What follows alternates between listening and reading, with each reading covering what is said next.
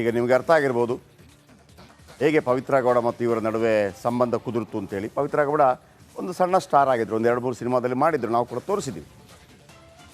ಅದಾದ ನಂತರ ಆಡಿಷನ್ ಆಗುತ್ತೆ ಯಾವುದಕ್ಕೆ, ಬುಲ್ಬುಲ್ ಸಿನಿಮಾಗೆ. ಆಗ ಇವರು ಈ ಹೆಣ್ಣು ಮಗಳು ಕೂಡ ಆ್ಯಸ್ ಎ ಹೀರೋಯಿನ್ ಆಗಿ ಹೋಗಿರ್ಬೋದು, ಮತ್ತೊಂದು ಆಯ್ಕೆಗೆ ಹೋಗಿರ್ಬೋದು. ಅಲ್ಲಿ ಆಯ್ಕೆ ಆಗೋದು ಯಾರು, ರಚಿತಾರಾಮ್. ರಚಿತಾರಾಮ್ ಮೊನ್ನೆ ಒಂದು ಮಾತು ಹೇಳಿದರು, ನೆನಪಿದೆಯಾ ನಿಮಗೆ?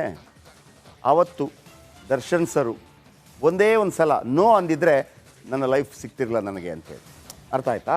ಸೊ ಹಾಗಾಗಿ ಆವತ್ತು ಹೀರೋಯಿನ್ ಆಯ್ಕೆ ಮಾಡಿದ್ದು ದರ್ಶನ್. ಬಹುಶಃ ಪವಿತ್ರ ಗೌಡ ಅವರನ್ನು ಆಯ್ಕೆ ಮಾಡಿಲ್ಲ, ಆದರೆ ಅವರಿಬ್ಬರ ನಡುವೆ ಒಂದು ಪ್ರೇಮ ಕುದುರ್ತು. ಇದೆಯಾ ಹೇಳಿಕೆ ಇದೆಯಾ? ಅವರು ಹೇಳಿದ ಹೇಳಿಕೆ ಇದೆಯಾ ಆಕಿ? ನನಗೆ ಹಾನೆಸ್ಟ್ಲಿ ಹೇಳ್ತೀನಿ, ಬಂದಿಲ್ಲ, ನೋಡೋದಕ್ಕೆ ಬಂದಿಲ್ಲ ಹಾಗೆ ಹೀಗೆ ಅಂತ ಅಲ್ಲ. ರಾಜನ್ ಥರನೇ ನೋಡೋದಕ್ಕೆ ಇಷ್ಟ ನನಗೆ. ನನಗೆ ಹಾನೆಸ್ಟ್ಲಿ ಹೇಳ್ತೀನಿ, ಬಂದಿಲ್ಲ, ನೋಡೋದಕ್ಕೆ ಬಂದಿಲ್ಲ ಹಾಗೆ ಹೀಗೆ ಅಂತ ಅಲ್ಲ. ರಾಜನ್ ಥರನೇ ನೋಡೋದಕ್ಕೆ ಇಷ್ಟ ನನಗೆ. ಬಟ್ ಯಾಕೋ ಹೇಳಿಕೆ ಇಲ್ವಾ, ಮನ್ಸು ತಡೀಲೇ ಇಲ್ಲ. ಸೊ ತುಂಬ ಮಿಸ್ ಮಾಡ್ಕೊಳ್ತಿದ್ದೀವಿ ಅಂದಾಗ it's better let me go C him and come. Okay, ಈಗ 10 ಫೋಟೋ ತೋರಿಸ್ತೀನಿ ಬನ್ನಿ, ಫುಲ್ ಹಾಕಿ.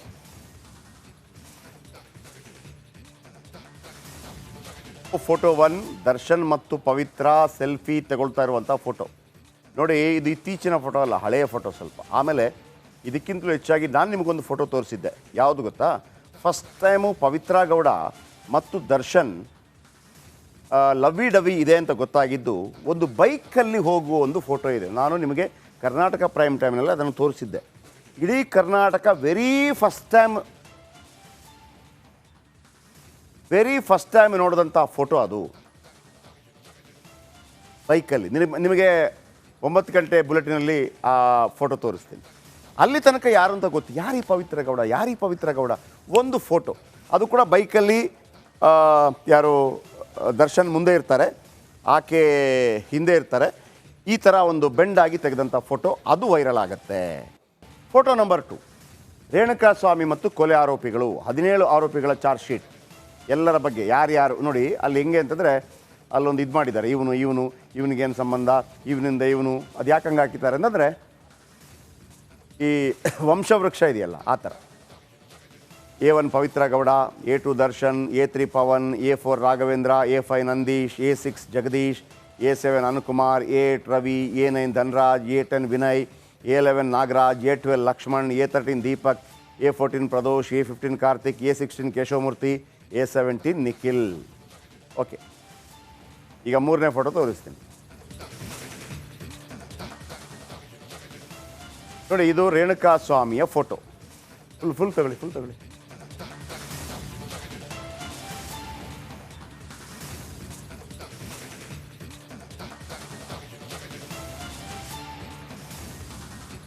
ನೋಡಿ. ಇದು ಯಾವುದರಿಂದ ತೆಗೆದಿದ್ದಾರೆ? ಆಟೋ ಅಲ್ವಾ ಇದು? ಆಟೋದ ಒಳಗಿಂದ ತೆಗೆದಿದ್ದಾರೆ ಈ ಫೋಟೋ. ಇದರ ಅರ್ಥ ಏನು ಅರ್ಥ ಆಯಿತು ನಿಮಗೆ? ಈ ರಾಘವೇಂದ್ರ ಇದ್ದಾರಲ್ಲ, ಆಟೋ ಡ್ರೈವರ್, ಅಭಿಮಾನಿ ಸಂಘದ ಅಧ್ಯಕ್ಷ.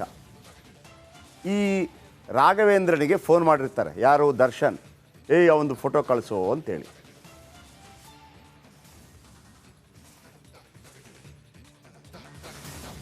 ಓಕೆ, ನೋಡಿ, ಮೊದಲು ಇವನ ಫೋಟೋ ತೆಗೆಯೋದಕ್ಕೆ ಅವನು ಅಪೋಲೋ ಮೆಡಿಕಲ್ಗೆ ಹೋಗ್ತಾ ಇರುವಂಥ ಫೋಟೋ ಇದು. ಫೋಟೋ ಫಸ್ಟ್ ಕಳಿಸ್ತಾನೆ. ಈ ಫೋಟೋ ತೆಗೆದು ಯಾರು ಕಳಿಸ್ತಾನೆ ಗೊತ್ತಾ? ದರ್ಶನ್ಗೆ ಹೋಗುತ್ತೆ ಈ ಫೋಟೋ. ಇವರನ್ನು ಕಿಡ್ನ್ಯಾಪ್ ಮಾಡೋದಕ್ಕೆ ಅನುಕುಮಾರ್ ಕೂಡ ಜೊತೆಗೆ ಕೂತಿರ್ತಾನೆ, ರಾಘವೇಂದ್ರನ ಜೊತೆಗೆ ಕೂತಿರ್ತಾನೆ. ಆ ಕನ್ನಡಿ ಇದೆಯಲ್ಲ, ಆ ಹಿಂದ್ಗಡೆ ಕೂತಿರುವ ಅನುಕುಮಾರ್ ಅರ್ಧಂಬರ್ಧ ಕಾಣ್ತಾ ಇದ್ದಾನೆ. ಮುಂದುಗಡೆ ಐ ಥಿಂಕ್ ಒಂದೋ ಅನುಕುಮಾರೇ ಇದ್ದಿರ್ಬೋದು ಅಥವಾ ರಾಘವೇಂದ್ರ ಇದ್ದಿರ್ಬೋದು. ನೆಕ್ಸ್ಟ್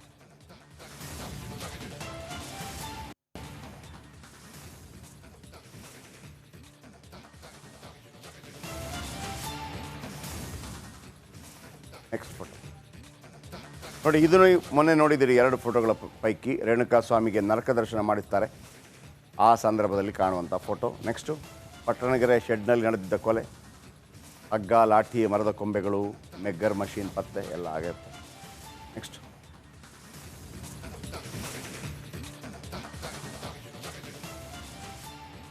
ರೇಣುಕಾಸ್ವಾಮಿ ಶವ ಎಸೆದು ಹೋಗಿದ್ದ ಆರೋಪಿಗಳು, ಬಿಳಿ ಬಣ್ಣದ ಸ್ಕಾರ್ಪಿಯೋ ಕಾರ್ನಲ್ಲಿ ಬಂದಿದ್ದ ಆರೋಪಿಗಳು, CCTVಯಲ್ಲಿ ಆರೋಪಿಗಳ ದೃಶ್ಯ ಸೆರೆಯಾಗಿದೆ.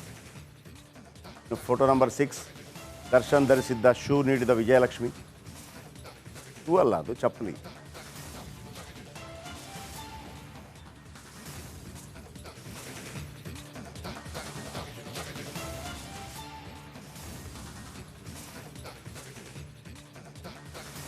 ಫೋಟೋ 7, ಕೊಲೆ ಬಳಿಕ ಮೈಸೂರಿಗೆ ದರ್ಶನ್ ಹೋಗ್ತಾರೆ. ಗೊತ್ತಾಗ್ಬಿಡುತ್ತೆ, ಸತ್ತಿದೆ ಅಂತ ಗೊತ್ತಾಗ್ಬಿಡುತ್ತೆ.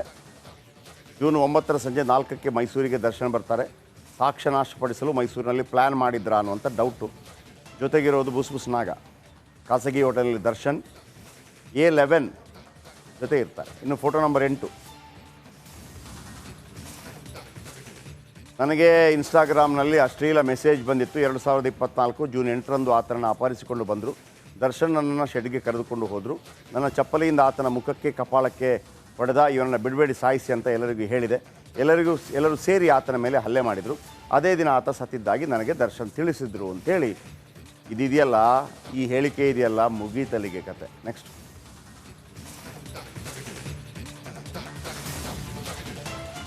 ಫೋಟೋ 9, ನಾನು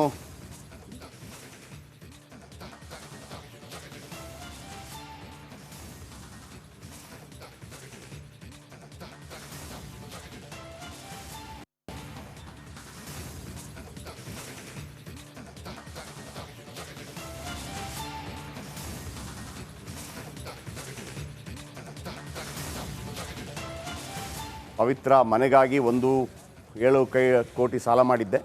ಪವನ್ ನನಗೆ ರೇಣುಕಾಸ್ವಾಮಿ ಬಗ್ಗೆ ಮಾಹಿತಿ ಕೊಟ್ಟಿದ್ದ. ಶೆಡ್ನಲ್ಲಿ ರೇಣುಕಾಸ್ವಾಮಿಗೆ 2 ಬಾರಿ ಕಾಲಿನಿಂದ ಒದ್ದೆ, ಸಾಕ್ಷಿ ತಿರುಚಲು ಆಮಿಷ ಒಡ್ಡಲು ಯತ್ನಿಸಿದ್ದೆ. ಮೈಸೂರಿಗೆ ಮನೆಯಲ್ಲಿದ್ದ 3 ಲಕ್ಷ ತೆಗೆದುಕೊಂಡು ಹೋಗಿದ್ದೆ ಅಂತ ಹೇಳ್ತಾರೆ. ನೆಕ್ಸ್ಟ್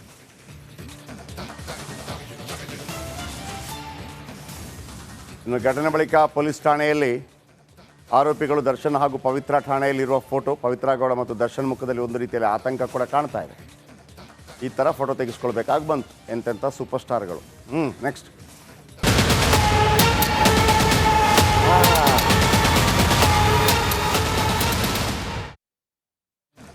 ಓಕೆ, ಕರ್ನಾಟಕ ಕಾರವಾರ ಬಹಳ ಮುಖ್ಯವಾಗಿ ದರ್ಶನ್ ಚಾರ್ಜ್ ಶೀಟಲ್ಲೊಂದು ಲವ್ ಸ್ಟೋರಿ ಶುರುವಾಗಿದೆ. ಬುಲ್ಬುಲ್ ಮಾತಾಡಕ್ಕಿಲ್ವಾ ಅಂತ ಅಂದ್ಬಿಟ್ಟು ಯಾವ ರೀತಿ ದರ್ಶನ್ ಮತ್ತು ಪವಿತ್ರ ಗೌಡ ನಡುವೆ ಅವರಿಬ್ಬರು ಹೇಗೆ ಬುಲ್ಬುಲ್ ಹಕ್ಕಿಗಳಾದರು ಅನ್ನೋದು ಕೂಡ ಚಾರ್ಜ್ ಶೀಟಲ್ಲಿದೆ. ಚಾರ್ಜ್ ಶೀಟಲ್ಲೊಂದು ಲವ್ ಸ್ಟೋರಿ, ಲವ್ ಕಹಾನಿ. ಬುಲ್ಬುಲ್ ಆಡಿಷನ್ ವೇಳೆ ದಾಸನಿಗೆ ಪವಿತ್ರ ಗೌಡ ಪರಿಚಯ ಆಗ್ತಾರೆ. ಪವಿತ್ರ ಗೌಡ ಈ ಹಿಂದೆ ಕೂಡ ಸಣ್ಣ ಪುಟ್ಟ ರೋಲ್ ಮಾಡ್ತಾ ಇದ್ರು. ಬುಲ್ಬುಲ್ ಸಿನಿಮಾ ಬರುತ್ತೆ. ಅಂಬರೀಷ್, ರೆಬಲ್ ಸ್ಟಾರ್ ಅಂಬರೀಷ್ ಮತ್ತು ದರ್ಶನ್ ಜೊತೆಯಾಗಿ ಅಭಿನಯ ಮಾಡ್ತಾರೆ. ಅದರಲ್ಲಿ ರಚಿತಾ ರಾಮ್ ಹೀರೋಯಿನ್ ಆಗಿರ್ತಾರೆ. ಆ ಸಿನಿಮಾದ ಆಡಿಷನ್ಗೆ, ಅಂದರೆ ಈ ಸಿನಿಮಾದಲ್ಲಿ ನನಗೊಂದು ಅವಕಾಶ ಕೊಡಿ ಅಂಥೇಳಿ ಅವಕಾಶ ಕೇಳಿ ಬಂದಿರ್ತಾರೆ ಪವಿತ್ರ ಗೌಡ.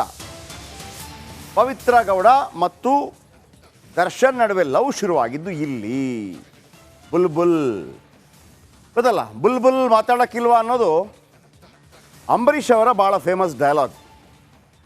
ನಾಗರಹಾವು ಸಿನಿಮಾ ಬರುತ್ತೆ 1972. ವಿಷ್ಣುವರ್ಧನ್ ಅದರ ಹೀರೋ.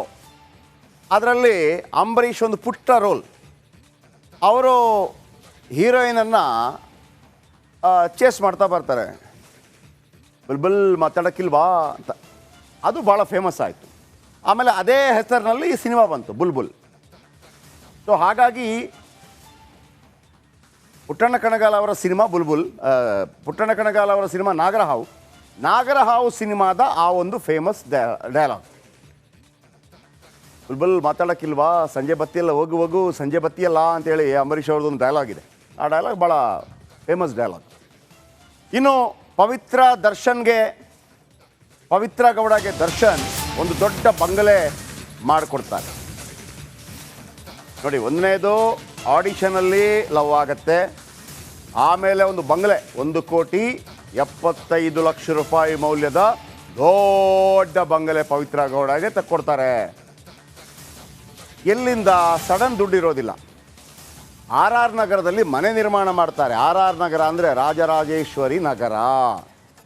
ಆರ್ ಆರ್ ನಗರ ಸ್ವತಃ ದರ್ಶನ್ ಕೂಡ ಆರ್ ಆರ್ ನಗರದಲ್ಲೇ ಇರೋದು. ನೋಡಿ ಈ ಮನೆ 3 ಅಂತಸ್ತಿನ ಮನೆ, 1,75,00,000. ಇದು 10 ವರ್ಷದ ಹಿಂದಿನ ಕಹಾನಿ. ಆಗ ದರ್ಶನ್ ಆ ಕ್ಷಣಕ್ಕೆ ದುಡ್ಡಿರಲಿಲ್ಲ. ಸೌಂದರ್ಯ ನಾಗರ ಜಟ್ಲಾಗ್ ತೀರ್ಕೊಂಡ್ರಲ್ಲ, ಸುಸೈಡ್ ಮಾಡ್ಕೊಂಡ್ರಲ್ಲ, ಅವರಿಂದ 1,75,000 ರೂಪಾಯಿ ಸಾಲ ತಗೋತಾರೆ. ಆಮೇಲೆ 2 ವರ್ಷ ಕಳೆದ ನಂತರ ಅದನ್ನು ಕಂಪ್ಲೀಟ್ ಮಾಡ್ತಾರೆ. ಅದೇ 1,75,00,000 ಅಲ್ವಾ? 1,75,00,000 ಈ ಮನೆಗೆ ರೇಟ್ ಆಗುತ್ತೆ. ಈಗ ಜಾಸ್ತಿ ಆಗ್ಬೋದು, 1,75,00,000 ಜಾಸ್ತಿ ಇದೆ ಈಗ. ಆಗ ಸೌಂದರ್ಯ ಜಗದೀಶ್ ಅವರ ಹತ್ರ ತಗೊಂಡು, Soundarya Jagadish one of the producer. ಆಗ ಬೇರೆ ಬೇರೆ ಸಿನಿಮಾಗಳು ಮತ್ತೊಂದು ಕೊಡ್ತಾರೆ. ಸ್ಟಾರ್ಗಳು ನೋಡ್ರಿ, ಸ್ಟಾರ್ಗಳು ಕೇಳಿದರೆ ನಿಮಗೆ ದುಡ್ಡಿಗೇನು ಕೊರತೆ ಇರೋದಿಲ್ಲ. ನೆಕ್ಸ್ಟ್ ಒಂದು ಡೇಟ್ ಕೊಟ್ಟರೆ ಮುಗಿದೋಯ್ತು. ಈಗಂತೂ ದರ್ಶನ್ 22 ಕೋಟಿ ಬೆಲೆ ಬಾಳ್ತಾರೆ ಒಂದು ಸಿನಿಮಾಗೆ. ಇರಲಿ, ಈಗ 3ನೇ ಸ್ಟೋರಿಗೆ ಬರ್ತೀನಿ. ಈ ಲವ್ ಸ್ಟೋರಿಯಲ್ಲೊಂದು ಟ್ವಿಸ್ಟ್ ಇದೆ. ದರ್ಶನ್ ವಿಜಯಲಕ್ಷ್ಮಿ ದುಬೈ ಟೂರ್ಗೆ ಹೋಗ್ತಾರೆ. ನಾನು ಇದನ್ನು ಪದೇ ಪದೇ ಹೇಳಿದ್ದೆ. ಕರ್ನಾಟಕ ಪ್ರೈಮ್ ಟೈಮ್ 9 ಗಂಟೆಗೆ ದರ್ಶನ್ ಮತ್ತು ವಿಜಯಲಕ್ಷ್ಮಿ ಟೂರ್ ಹೋಗ್ತಾರೆ. ಟೂರ್ ಹೋದಾಗ ಈ ಹುಡುಗಿ ಇದ್ದಾಳಲ್ಲ, ಯಾರು? ಪವಿತ್ರ ಗೌಡ. ನೀವು ಬರೆದಿಟ್ಕೊಳ್ಳಿ, ಕರ್ನಾಟಕದ ಓರ್ವ ಪ್ರಖ್ಯಾತ ಜ್ಯೋತಿಷಿ ಇದ್ದಾರೆ. ಆ ಜ್ಯೋತಿಷಿ ನಮ್ಮ ಚಾನಲ್ಗೂ ಬಂದಿದ್ದಾರೆ. ಅವರ ಬಳಿ ಈ ಹುಡುಗಿ ಹೇಳ್ಕೊತಾಳೆ, ನನಗೆ ನನಗೆ ಆಗ್ತಾ ಇಲ್ಲ, ದರ್ಶನ್ ಅವರನ್ನು ಬಿಟ್ಟಿರೋದಕ್ಕೆ ಆಗ್ತಾ ಇಲ್ಲ, ನನಗೆ ಆ ಫೋಟೋ ನೋಡಿದಾಗ ಹೊಟ್ಟೆ ಉರಿಯತ್ತೆ. ಈಗ